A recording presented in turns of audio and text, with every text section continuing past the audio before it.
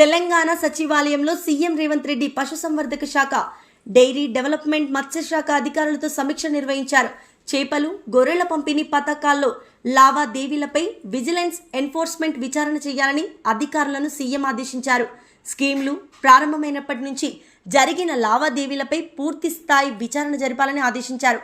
Vigilance ప్రాథమిక నివేదికను ఏసీపీకి అందించాలని అధికారులు సూచించారు. సీఎం రేవంత్